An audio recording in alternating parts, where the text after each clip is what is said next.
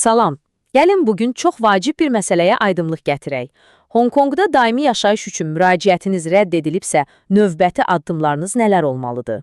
Deməli, təsəvvür edin, siz Honkonqda 7 il yaşamısınız, daimi yaşayış üçün müraciət etmisiniz, amma rədd cavab almısınız.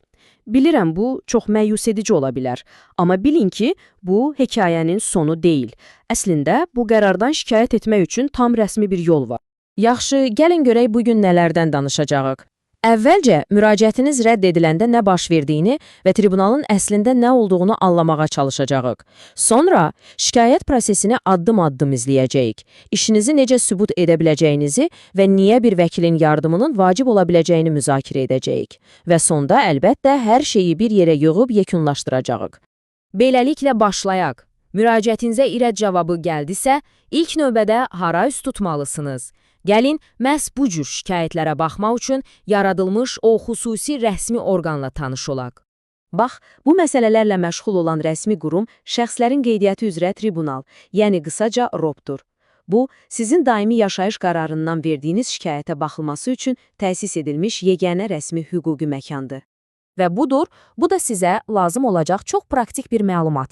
Tribunalın özünün rəsmi sənəddən götürülmüş ünvanı və telefon nömrəsi. Unutmayın, bütün proses məhz buradan, bu ünvandan başlıyor. Yaxşı, tribunalın nə olduğunu bildik. İndi gəlin apellyasiya prosesinin özünün necə getdiyinə addım-addım baxaq. Müraciətinizi verməkdən tutmuş, yekun qərarı alana qədər sizi hansı mərhələlər gözləyir? Proses əslində 5 əsas mərhələdən ibarətdir. Hər şey sizin yazılı bir bildiriş təqdim etməyinizlə başlayır. Bundan sonra işinizin xülasəsi hazırlanır, dinləmək üçün bir tarix təyin olunur, siz işinizi şifahi olaraq təqdim edirsiniz və nihayət, tribunal öz yekun qərarını açıqlayır. Prosesin bir hissəsi olaraq sizə bax bu cür rəsmi sənədlər göndəriləcək. Bu cavab vərəqəsidir. Burada sizdən dinləməyə şahid gətirib-gətirməyəcəyiniz və ya bir vəkil tərəfindən təmsil olunub-olunmayacağınız barədə məlumat verməyiniz xahiş olunur. Bu, tribunalın hazırlıqlı olmasına kömək edir. İndi isə bəlkə də bütün prosesin ən vacib, ən kritik hissəsinə gəldik. Öz işinizi necə sübut edəcəksiniz? Hüquqi baxımdan iddialarınızı təsdiqləmək məsuliyyəti kimin üzərinə düşür? Yaxşı bir düşünək. Hər hansı bir hüquqi prosesdə faktları sübut etmək kiminsə öhdəliyidir. Bəs bu halda daimi yaşayış hüququnuz olduğunu sübut etmək məsuliyyəti kimdədir? Qanun bu məsələdə demək olar ki, heç bir şübhəyə yer qoymur. Baxın, birbaşa statda deyilir ki, əgər bir şəxs yaşamaq hüququ olduğunu iddia edirsə, bunu sübut etmək də elə həmin şəxsin öz vəzifəsidir. Yəni, başqa sözlə desək, bütün məsuliyyət tamamilə sizin üzərinizdədir. Bax, bu sübut etmə vəzifəsi anlayışı o deməkdir ki, siz sadəcə haqlı olduğunuzu deməklə kifayətlənə bilməzsiniz. Tribunal sizdən bu iddianı dəstəkləyən bütün dəlilləri, bütün sübutları toplamağınızı və onları təqdim etməyinizi gözləyir. Əlbəttə, bu prosesdə özünüzü təmsil edə bilərsiniz, bu sizin hüququnuzdur.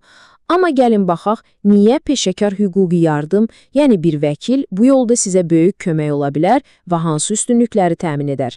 Qanunvericilik sizə apellyasiya zamanı bir vəkil, hüquq məsləhətçisi və ya tribunalın təsdiqlədiyi başqa bir nümayəndə tərəfindən təmsil olunmağa tam icazə verir. Baxın, bu proses əslində iki tərəf arasında gedir. Bir tərəfdə sizin vəkiliniz, o biri tərəfdə isə hökumətin, yəni Ədliyyə Departamentinin nümayəndəsi. Vəkilin əsas rollarından biri məhz bu rəsmi və çox vaxt mürəkkəb olan yazışmaları sizin yerinizə peşəkarçasına idarə etməkdir. Bir vəkil tutmağın üstünlükləri təkcə sənədləşmə deyil, o, sizin üçün hüquqi arqumentlər hazırlayır, hansı sübutların daha təsirli olacağını bilir və ən əsası, dinləmə zamanı sizin adınızdan danışaraq işinizi ən güclü şəkildə müdafiə edir. Bu, həqiqətən də çox böyük fərq yarada bilər. Yaxşı, gəlin bütün danışdıqlarımızı bir yerə yığıb, ümumiləşdirək və bundan sonra konkret olaraq nə etməli olduğunuzu aydınlaşdıraq. Bax, bu cədvəl sizin üçün bir növ qısa bələdçidir. Hər mərhələdə nə etməli olduğunuzu və ən vacib məsləhəti burada görə bilərsiniz. Bildiriş verməkdən tutmuş, hazırlığa, dinləməyə və yekun qərara qədər. Bu, bütün prosesin xülasəsidir. Bir şeyi unutmamaq çox vacibdir. hər bir iş fərdidir. Bu izahat ümumi bir bələdçi olsa da, sizin şəxsi vəziyyətinizə uyğun peşəkar məsləhət almaq həqiqətən də uğur şansınızı əhəmiyyətli dərəcədə artıra bilər.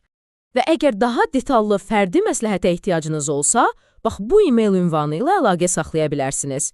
Ümid edirəm bu məlumatlar sizə yol göstərdi. Diqqətiniz üçün təşəkkür edirəm.